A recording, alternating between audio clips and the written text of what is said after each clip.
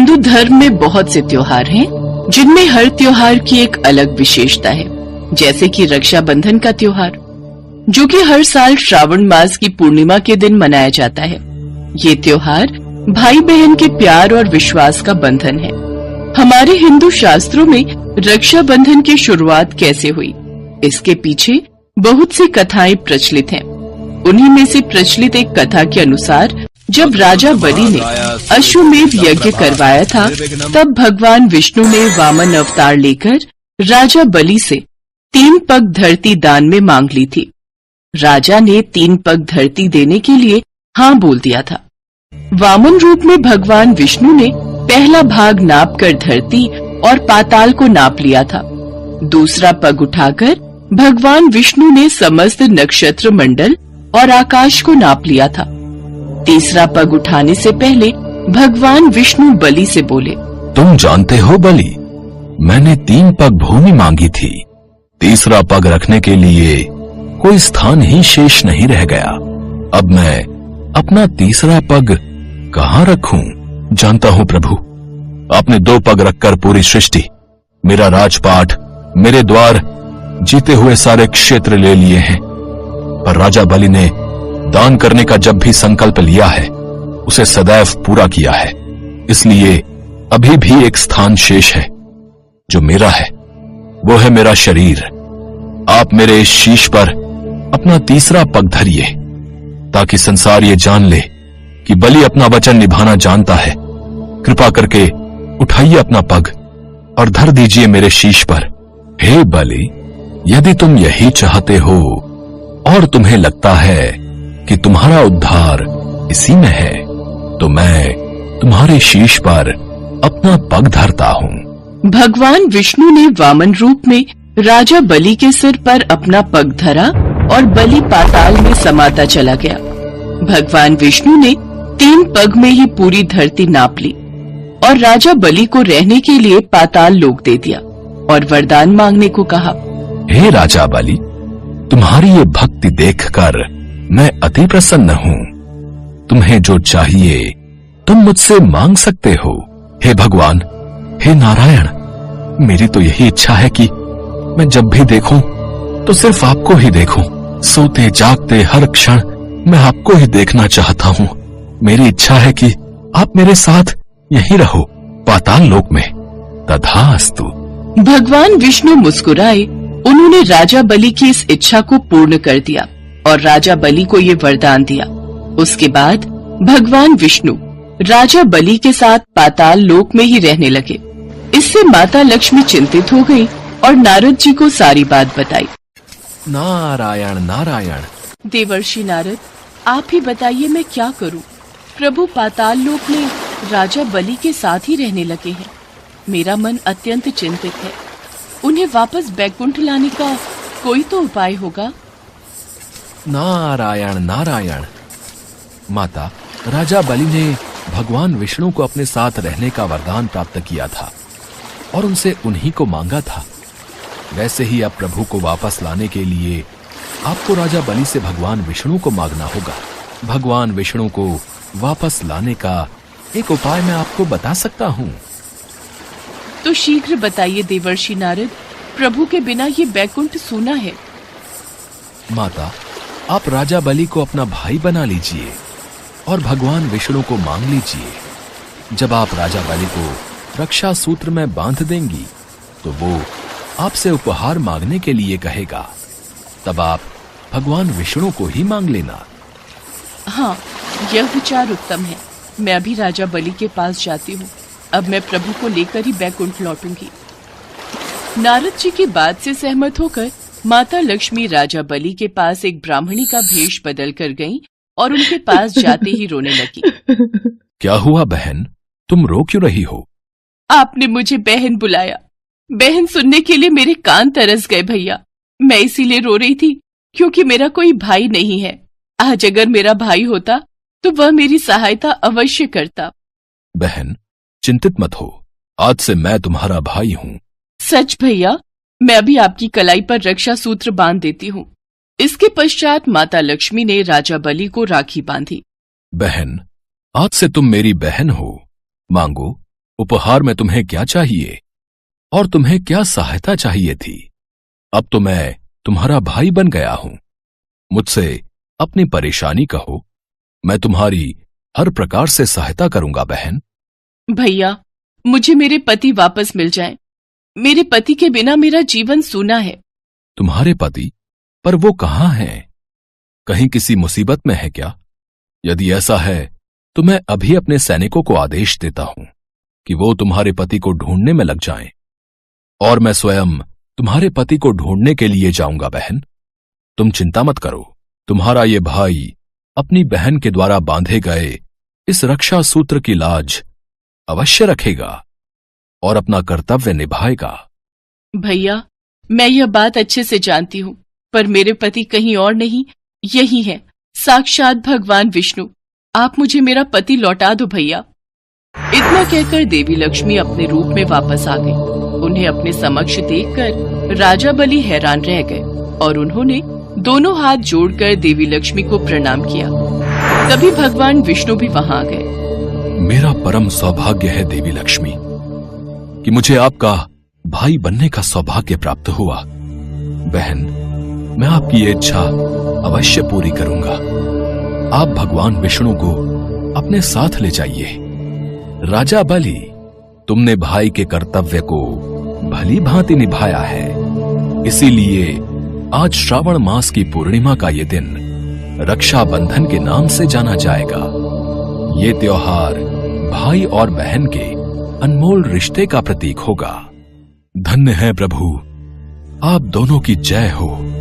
प्रभु, अब तो आप दोनों मेरे संबंधी हो गए हैं, तो कुछ दिन और पाताल लोक में रहें, ताकि मैं आप दोनों की सेवा का लाभ उठा सकूं। राजा बलि की बात सुनकर भगवान विष्णु और माता लक्ष्मी मुस्कुरा दिए और रक्षा बंधन से लेकर धनतेरस तक भगवान विष्णु और माता लक्ष्मी पाताल लोक में रहे।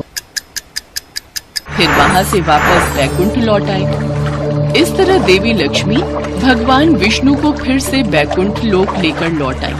तभी से रक्षाबंधन का यह पर्व मनाने की प्रथा शुरू हुई और खूब धूमधाम से रक्षाबंधन का ये त्योहार मनाया जाने लगा। श्रीचंद नाम का एक व्यक्ति भगवान गणेश का बहुत बड़ा भक्त था। वह भगवान गणेश के बुधवार के व्रत रखता था। एक रात जब वह सो रहा था, तब भगवान गणेश उसके स्वप्न में आए और बोले, गणेश जी, श्रीचंद, तुम मेरे बुधवार के व्रत और पूजा सच्चे हृदय से करते हो। मैं चाहता हूँ तुम आने वाले बुधवार के दिन एक बालक को अपने घर भोजन के लिए आमंत्रित करके उसे प्रेम पूर्वक भोजन कराओ, जिससे तुम्हारे घर में सुख समृद्धि धन धान्य का वास होगा।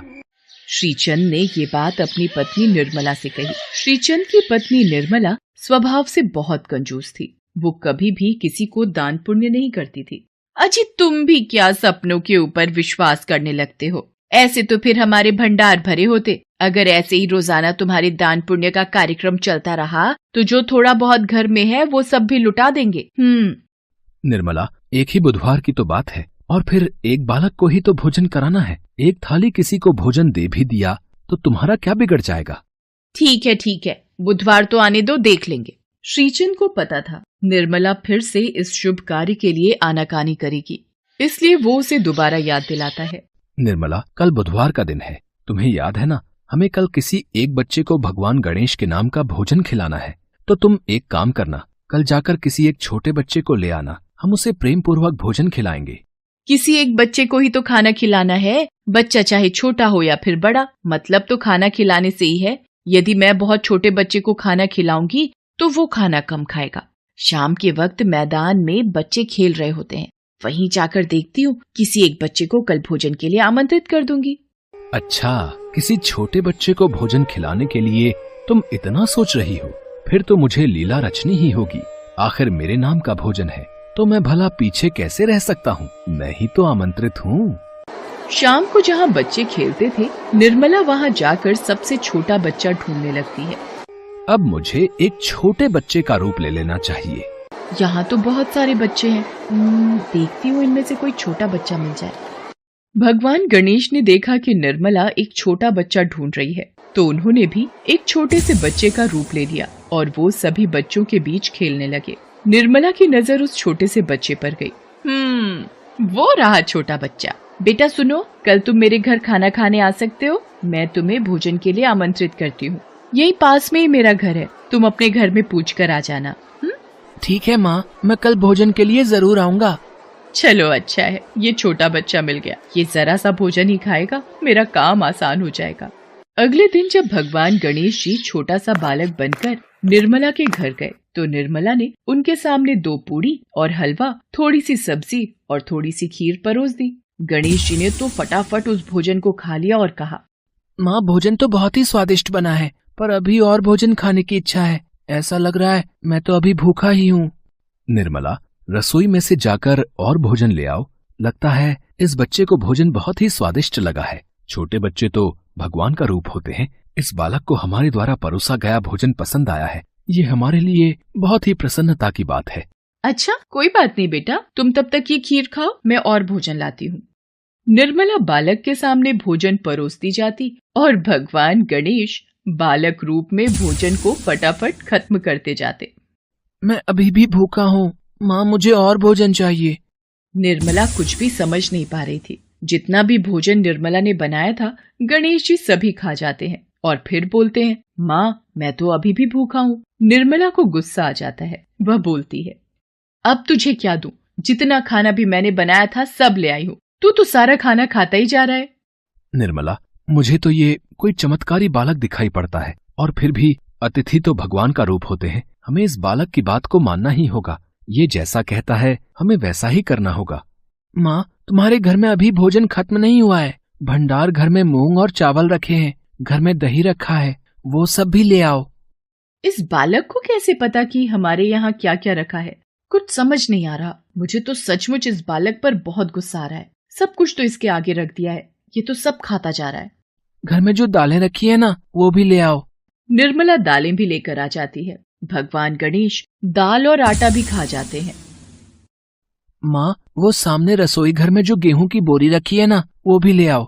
ये बालक है या कोई भूत दैत्य जिसको मैं घर में ले आई हूँ? मैं तो छोटा सा बच्चा समझकर लाई थी कि ये कम खाएगा। हे राम, अब मैं क्या करूँ? और करो बालक को भोजन पर आमंत्रित। प्रभु, मैं जान गया हूँ कि आप इस छोटे से बालक के रूप में निर्मला को संदेश देना चाहते हैं, पर निर्मला सचमुच घबरा रही है। प्रभु, उसे क्षमा कीजिए। निर्मला रोने लग जाती है और उसके घर में जब अन्न का एक दाना भी नहीं रहता, तो गणेश जी प्रकट हो जाते हैं। सामने भगवान गणेश को देख श्रीचंद अपने हाथ जोड़ लेता है। निर्मला भी उस बालक को गणेश जी के रूप में देखकर चौंक जाती है। गणेश जी कहते हैं, माँ, भोजन खिलाने में कैसी कंजूसी। तुम्हें सिर्फ एक बच्चे को खाना खिलाना था, और उसमें भी तुमने सबसे छोटा बच्चा ढूंढने के बारे में सोचा। इसलिए मैंने एक बालक के रूप में आकर तुम्हें सबक देना चाहा। कभी भी किसी अतिथि को भोजन के लिए आमंत्रित करो तो अपने सच्चे हृदय से बिना कपट किए भोजन परोसो। प्रेम पूर्वक दान पुण्य आदि करने से घर में सुख समृद्धि, धन वैभव, अन्न आदि के भंडार भरे रहते हैं। प्रभु मुझे क्षमा कर दीजिए। मैं कभी भी कंजूसी नहीं करूंगी, सदैव इच्छानुसार दान पुण्य करती रहूंगी और अतिथि को भोजन खिलाने में भी कभी कंजूसी नहीं करूंगी। इसके पश्चात भगवान गणेश श्रीचंद और निर्मला को आशीर्वाद देते हैं। गणेश जी ने जो भी खाया था उस सामान का चौगुना कर दिया। घर से जाते समय भगवान गणेश ने निर्मला के घर की जमीन पर एक लात मारी, जिससे उस पुराने घर की जगह एक सुंदर महल बन गया। श्रीचंद को अपनी भक्ति का फल मिल गया और निर्मला को भी सीख मिल गई।